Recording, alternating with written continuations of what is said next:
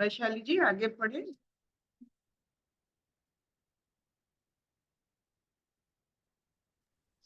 हरिओम अर्पिता।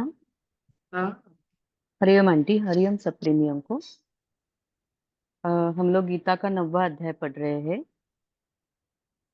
इसमें आज श्लोक नंबर 22 पढ़ेंगे। 22वां नंबर श्लोक पढ़ेंगे। इसमें भगवान बोल रहे हैं।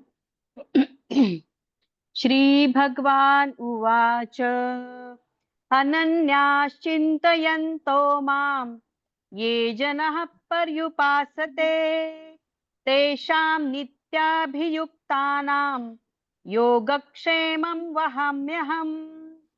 अनन्याश्चिन्तयन्तो माम् ये जनः पर्युपासते तेषां नित्याभियुक्तानां योगक्षेमं वहाम्यहम्। जो अनन्य प्रेमी भक्तजन मुझ परमेश्वर को निरंतर चिंतन करते हुए निष्काम भाव से भजते हैं, उन उन नित्य निरंतर मेरा चिंतन करने वाले पुरुषों का योगक्षेम मैं स्वयं प्राप्त कर देता हूँ। हरिओम।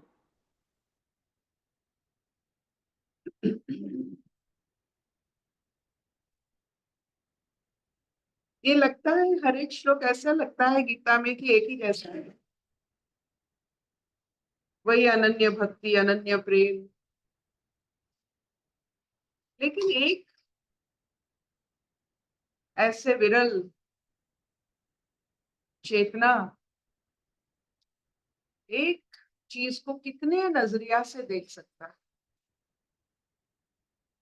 ये जाहिर है कि जिसके पास शरीर है तो उसके लिए भोजन और वस्त्र की जरूरत जरूर होती है। तो वो भोजन और वस्त्र की जरूरत करते करते कर्म बनाता है, और ये भोजन और वस्त्र में खो जाता है। कर्म करते करते कर्म कहाँ से शुरू होता है ये सब उसके पल्ले नहीं पड़ता है। बस भोजन और वस्त्र और वास गृह के लिए अपना जीवन पर पूरा जीवन वो ऐसे चलता है। लेकिन उस बच्चे का क्या है जो माँ की कोख में पला, माँ की कोख में पल रहा है, उसका भी एक शरीर है, उसका भी खाने की जरूरत है। वो क्यों चिंतित नहीं है? क्योंकि वो माँ से जुड़ी हुई, वो कर्म नहीं बनाता है। माँ के कोख में वो अनन्य भक्त बनकर अपने माँ से जुड़ी होती है, जिसके लिए ना उसके खाने पीने कुछ कुछ भी वो बढ़ रहा है, वो जीवित है, फिर भी उसका कोई जरूरत नहीं है, क्योंकि उसकी अनन्य भक्ति माँ से जुड़ी हुई है। तो हम किससे जुड़े हुए हैं? क्या हम अकेले ये जहां में इस संसार में चल रहे हैं, या हमारी भी कोई शक्ति जिससे हम जुड़े हुए हैं, पता नहीं चलता है, इसीलिए पूरा अहंकार लेकर चलते रहते हैं और बहुत निर्मम भाव से खत्म भी हो जाते हैं, रोग से, मानसिक तनाव से। 10 महीना बच्चा पलता है माँ की कोख में, इतनी छोटी सी जगह, उसकी वास गृह तो देखिए। थोड़ा उसके वो 10 महीने के बारे में सोचिए, वो बच्चे के हिसाब से सोचिए। अगर 10 महीने हम कोख में रह सकते हैं, ये बड़ा कोख जल जिसमें रहते हैं 100 100 साल रहते हैं, तो ये हमें उसी पल का याद दिलाना चाहिए कि हम कोई भी कोख में है, कोई हमारा भार संभार कर रहा है, कोई हमें संभाल रहा है। जो इससे पहचान लेता है वही अनन्य भक्त है।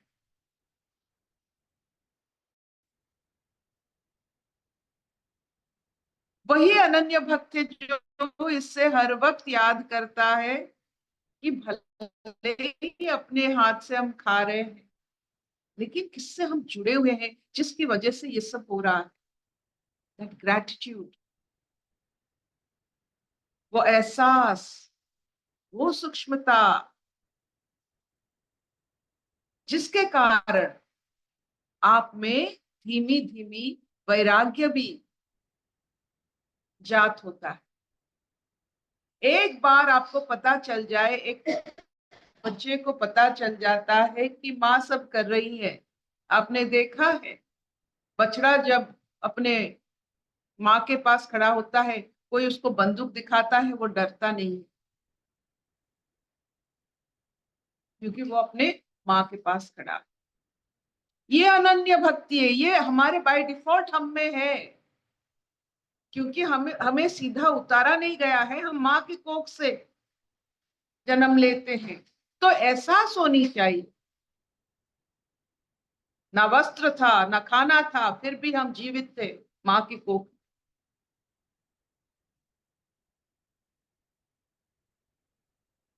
तो ये संसार में जब वस्त्र, गृह और भोजन के लिए इतना तनाव जरूरी नहीं। आप तो अभी तो आप नागा साधुओं के बारे में पढ़ रहे होंगे, डॉक्यूमेंट्री सुन रहे होंगे। एक रुद्राक्ष बाबा, कभी कुछ खाया नहीं, 100 रुद्राक्ष पहनकर बस वहीं से भोजन ले लेता है, उसको डालकर। मुझे पता नहीं ये चमत्कार सब कैसे होता है, लेकिन ये भी अनन्य भक्ति है। हम समझ नहीं पाएंगे। हम अपने अनन्य भक्ति को समझ सकते हैं जो संसार के साथ जुड़ा है। हमारा भक्ति संसार के साथ जुड़ा है, इसीलिए हमको सब ये इन्वेस्टमेंट, ये पैसा बढ़ाना, ये सब हमें आता है। ये हमारे अनन्य भक्ति है, जो चंद समय के लिए समय हम इसमें बिता सकते हैं। लेकिन वो अनन्य भक्ति के बारे में बता रहे हैं, और एक बार वो अनन्य भक्ति किसी में आ जाए,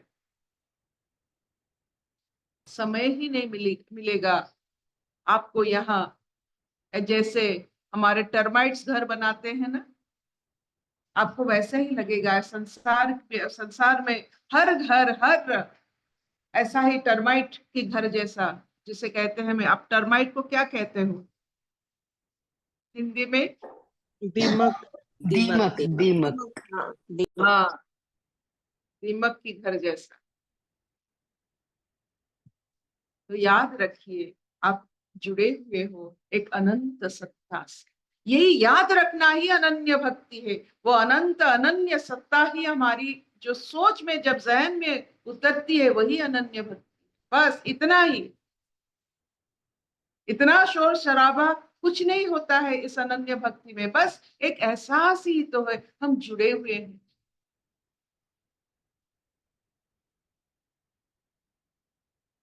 क्या इतना चलेगा? अर्पिता। हर समय जरूर याद रखिएगा, माँ के कोख में ना वस्त्र है, ना हम अपने मुंह से खाते हैं, फिर भी जीवित है 10 महीना।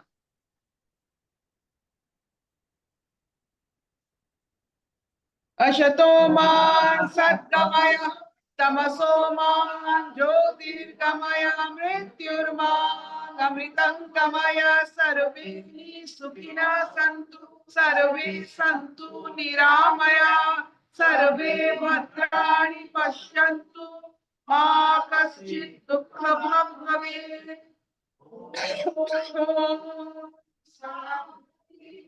शांति शांति।